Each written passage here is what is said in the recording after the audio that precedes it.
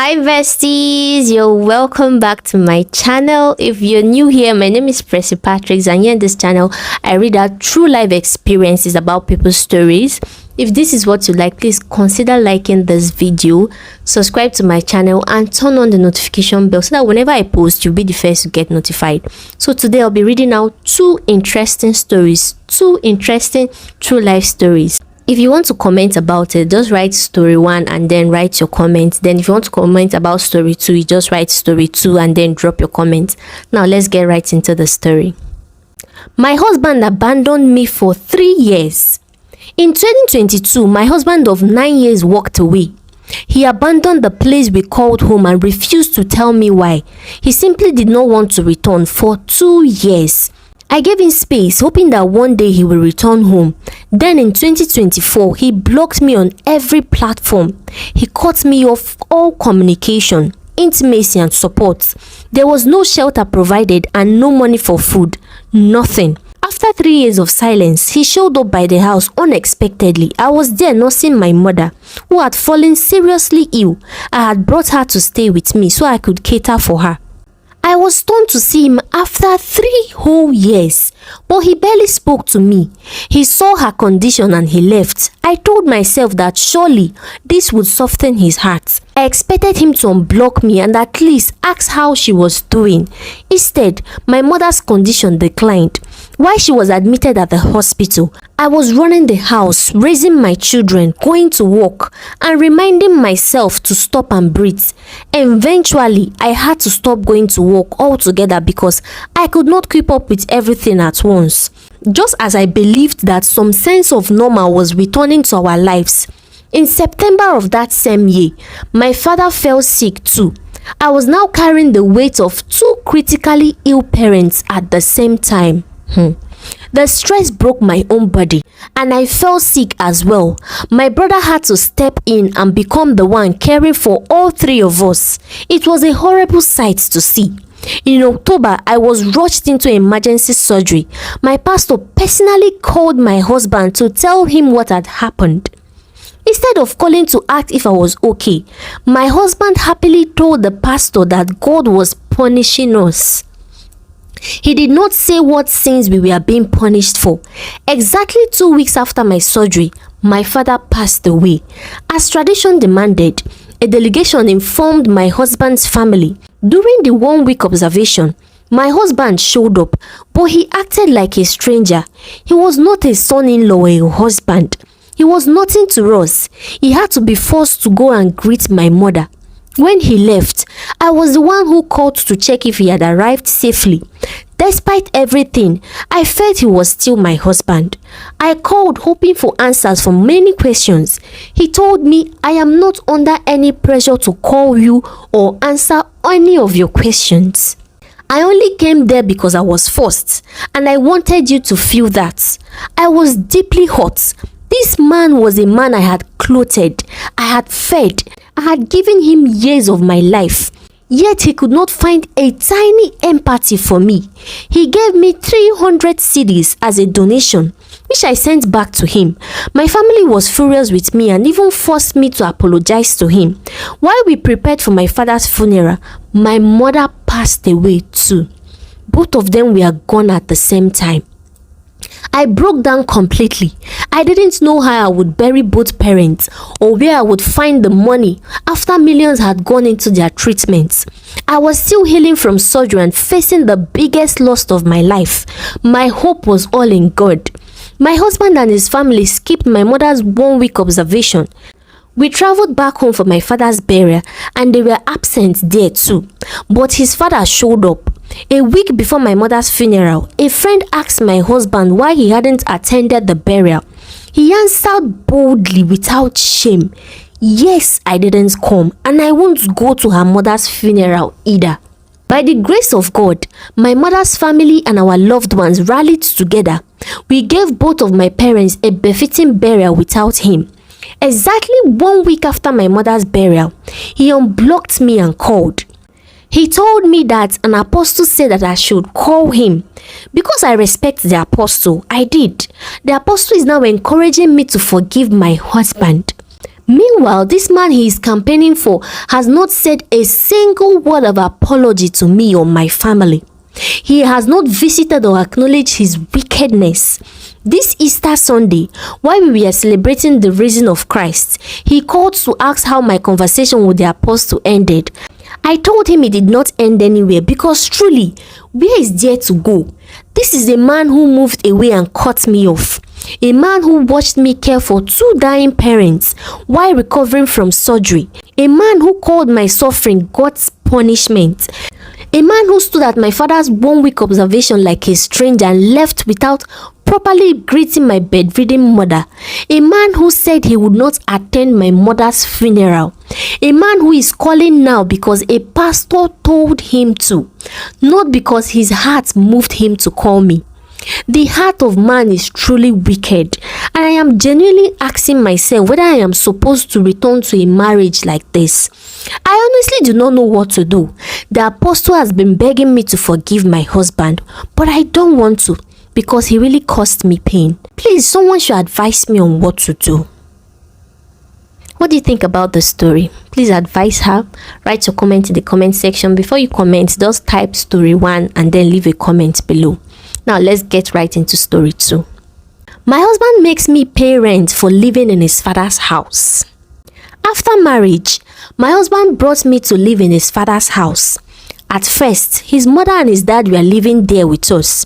It was hard to live freely, but he promised me we were going to stay there for a few months while he looked for our own place. Days turned to weeks and weeks to months.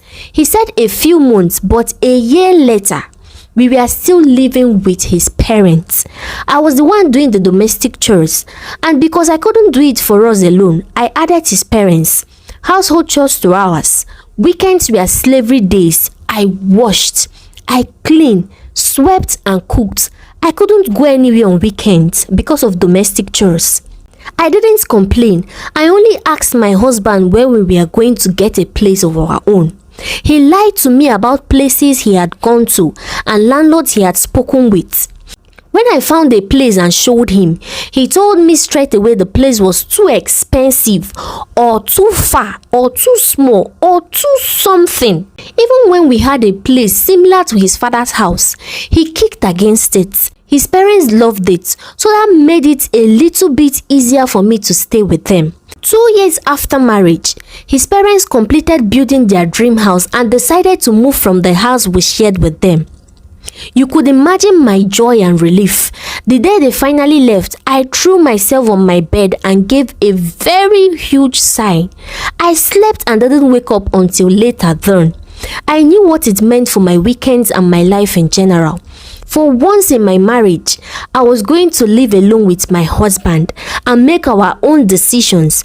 He told me I knew a day like this would come. That's why I didn't rush. I bought paint to repaint the master bedroom where his parents lived. We had to do a few fittings and plumbing work before moving there. I paid for all those works. This is how our finances worked. I earn more than my husband. When it comes to my 9-to-5 job, I don't earn too much more than him, but I have a store and also another business that brings me money. I had all this before marriage, so I was expected to contribute financially too, which I didn't have a problem with. A few months after they left, I got pregnant. It was as if my system was shy of his parents and waited until they left before pregnancy. I had a boy, and 2 years later, I got pregnant again. I was 6 months pregnant when my husband told me my dad has retired and needs extra income. So he wants to rent out this place to get some extra income. I didn't think twice about it. I said, then let's rent it out. It's better than going out there looking for a place to live. He agreed with me and said he was going to talk to his father about it. When he came back, he said it was too expensive, so it was better we moved. His dad was going to charge 1,500 Ghana cedis a month and needed 2 years in advance. I did the maths. In fact, it was expensive. But looking at other factors, we had no choice but to pay. It felt like a good deal. Considering the factors, my husband insisted it was too high, especially the 2 years advance. I asked how much he could contribute. and he said 10,000 Ghana cedis. Even that he had to borrow to top up. I said fine, bring it and I'll add the rest. I was doing all that knowing very well that we had not paid rent since we got married. So that served as savings to us. I gave him 26,000 Ghana cedis so he would add the rest to it. We paid, it was worth the peace and stability. And to be honest with you, looking at the location and size of the house, we were rather getting it at a good price. 2 years later, his dad adjusted the price upward and asked us to pay it yearly. That was also not bad. In fact, when it came to that house, everything was okay for me. I even teased that he should ensure that he got that as his inheritance. So one day, his dad got sick and we visited. His dad was not happy about a lot of things. He complained his children had abandoned him and they didn't visit or call. Then he said, "And you do not live far from me. But I'm seeing you today because I am sick. You live in my house for free. But you won't come around one day and say, 'Dad, I got this for you.' You will miss me when I am dead." I turned to look at my husband, thinking he was going to remind his dad that we were not living in his house for free. Instead, he tried to change the topic or stop his dad mid-sentence. Hey! But the old man didn't stop talking. "Your mom is weak now. You can even send your wife to cook something for us. But you've abandoned us." I was even embarrassed. We got home and I asked about what his dad said and he replied, "Are you taking what he said seriously? He's too old and can't remember a lot. He has forgotten he rented this place to us. I'm not a child. My birth certificate says I wasn't born yesterday." We argued. He was louder. He tried to use anger to make me stop talking. I told him I would get to the bottom of it and see who was lying. He huffed and puffed, but it didn't stop me from asking his mother about it. The woman was surprised. "How can we rent our house to our son? What for?" His mom called to ask about it while I was home with him. All he said was, "Mom, don't mind her. She's just talking about what she doesn't know. I'll handle it." I said, "Go ahead and handle it. You are stealing from your own wife because of what? Greed. I only meant to support you, and you decided I was worth stealing from. Who is supposed to provide a roof over our heads? Apart from all this, I'm still the one taking care of this home. How can you be this wicked?" He walked away. I followed him from room to room until he walked out of the house, leaving me and my big belly with burning anger. He came back to listen to the final thing I had to say, and I did, thinking he would even apologize. He didn't. I said my support in everything ends here.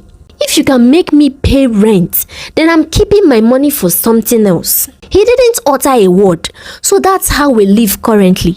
I asked him for money and he pays everything, but I know the future can be very tricky. So I've started doing my own investments on the side, including investing in my own estates.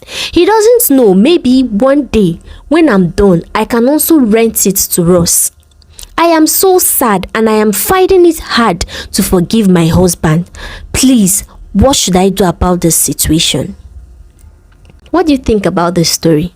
Write your thoughts in the comment section, and please, if you haven't liked this video, please like this video, share with your loved ones, and remember to subscribe to my channel. Turn on the notification bell so that whenever I post, you'll be the first to get notified. Thank you so much for watching. I'll see you on my next video. Bye.